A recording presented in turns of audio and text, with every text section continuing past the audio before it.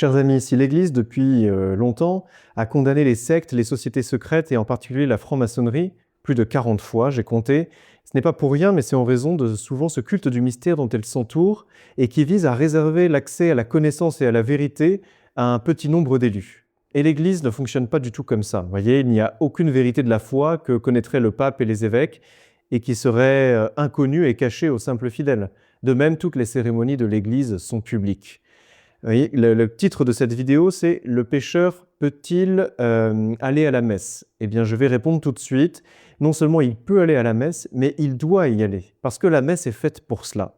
La messe, c'est un sacrifice qui est offert, le sacrifice du Christ lui-même, avec comme fin une fin propitiatoire, c'est-à-dire, comme le mot l'indique, de nous rendre Dieu propice. Toute la passion du Seigneur a été cela. Ça a été pour le Christ de s'offrir en sacrifice pour le rachat de nos âmes, l'expiation de nos péchés et pour nous réconcilier avec Dieu son Père, dont le lien entre lui et les hommes depuis le péché originel avait été rompu, nous réouvrir les portes du ciel. Et cette messe qui réactualise ce sacrifice est elle aussi cette offrande propitiatoire qui est faite pour, dans le temps, nous amener l'expiation et le pardon, le rachat de nos péchés. Oui, dans l'ordinaire de la messe, dans les prières de la messe, on le dit bien. Le prêtre, peu de temps avant la communion, dit à Dieu « Ne regardez pas mes péchés, mais la foi de votre Église. » Et c'est très beau, vous voyez, face au scandale de notre péché, on dit au Seigneur de ne pas les regarder, mais plutôt au contraire de regarder la foi, pas la nôtre, mais de son Église, la sainteté de son Église qui nous dépasse, afin qu'il nous soit propice. C'est exactement ce qui s'est passé lors de la Passion. Et à Draguignan, où les missionnaires de la miséricorde divine desservent une chapelle, il y a un sanctuaire qui a été construit pour commémorer ce qui s'est passé il y a 500 ans cette année, un événement pendant lequel la très sainte Vierge Marie est apparue à une femme qui se rendait à Draguignan et qui ne savait pas qu'elle portait des linges infectés par la peste. Il y avait une épidémie dans la région, Draguignan avait pour l'instant été préservé, et la Vierge Marie a dit à cette femme de ne pas rentrer avec ses linges. Et ainsi, la ville a été épargnée.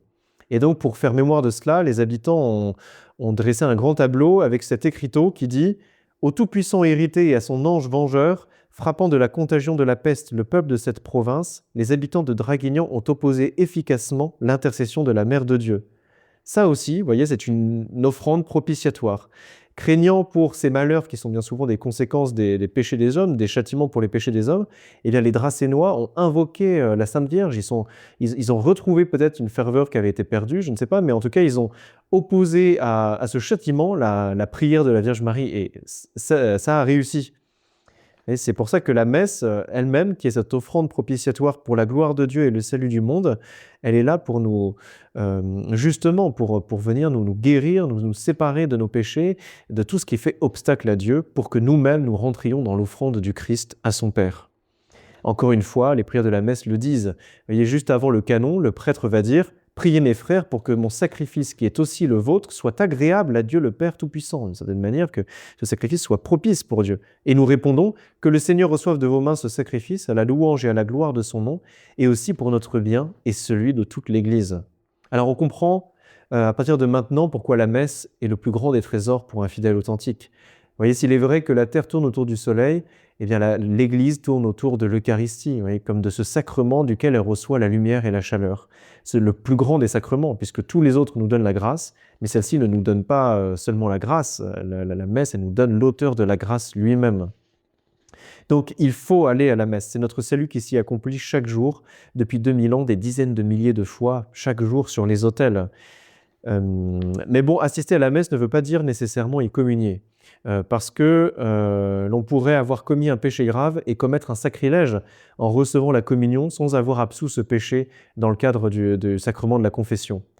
En soi, l'Église, d'ailleurs, ne nous oblige pas à communier aux messes auxquelles nous participons, même si nous en sommes bien disposés. Elle ne nous oblige qu'à une seule communion, une fois par an, aux alentours de Pâques. Et c'est pour ça qu'il faut bien la préparer et que le carême est là pour nous préparer à cette communion principale, cette communion essentielle de toute l'année, qui se passe justement au moment de la passion et de la résurrection du Seigneur, qui est ce mystère célébré à chaque fois dans la messe. Donc, quel que soit notre état devant Dieu, il faut y aller quand même, parce que les pécheurs impénitents, ils trouveront des grâces pour être portés à la pénitence. Et les pécheurs qui sont déjà pénitents, ils recevront des grâces pour persévérer dans la pénitence et dans la grâce. Vous voyez ? Soyons avec beaucoup de ferveur cette communion si importante de Pâques. Comme le disait le Seigneur à saint Angèle de Foligno, et c'est bien connu, en lui montrant les souffrances de sa passion, ce n'est pas pour rire que je t'ai aimé. Et à la messe, c'est un peu à chacun de nous que Jésus le dit. Regardez cette hostie, cette victime immolée, ce calice plein de mon sang versé, ce n'est pas pour rire que je l'ai offert pour vous et que je l'offre pour vous à chacune des messes. Alors ne manquons pas ce trésor, surtout tout au long de ce carême et enfin à Pâques. Bon carême à tous.